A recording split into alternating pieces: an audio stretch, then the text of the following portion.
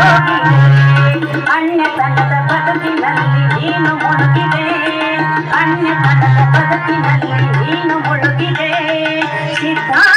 ಎಂದರೆ ಸಾಕು ಧನ್ಯನಾಗುವೆ ಶ್ರೀ ಸಿದ್ಧಾರೂಢನ ಭಜಿಸಿ ಬಾಳು ಮಾನವ ಸಿದ್ಧನ